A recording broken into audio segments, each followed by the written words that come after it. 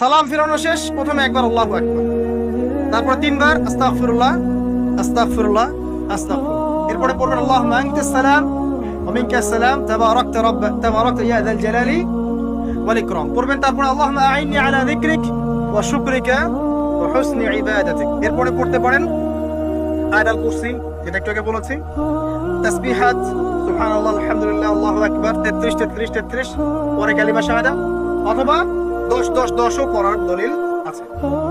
এরপরে পড়বেন সুবহানাল্লাহি ওয়া বিহামদিহি আদাদা খালকিহি ওয়া রিদা নাফসিহি ওয়া জিনাতা আরশিহি ওয়া মিদাদা কালিমাতিহি, তিনবার, এটা তিনবার।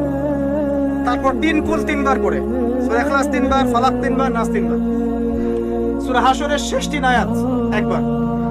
এরপরে পড়বেন সাইয়্যিদুল ইস্তিগফার, মানে সমস্ত ইস্তিগফারের শ্রেষ্ঠ ইস্তিগফার। এটা কোনটা কোনটা? আল্লাহুম্মা আনতা রাব্বি লা ইলাহা ইল্লা আনতা খালাকতানি আনা আবদুক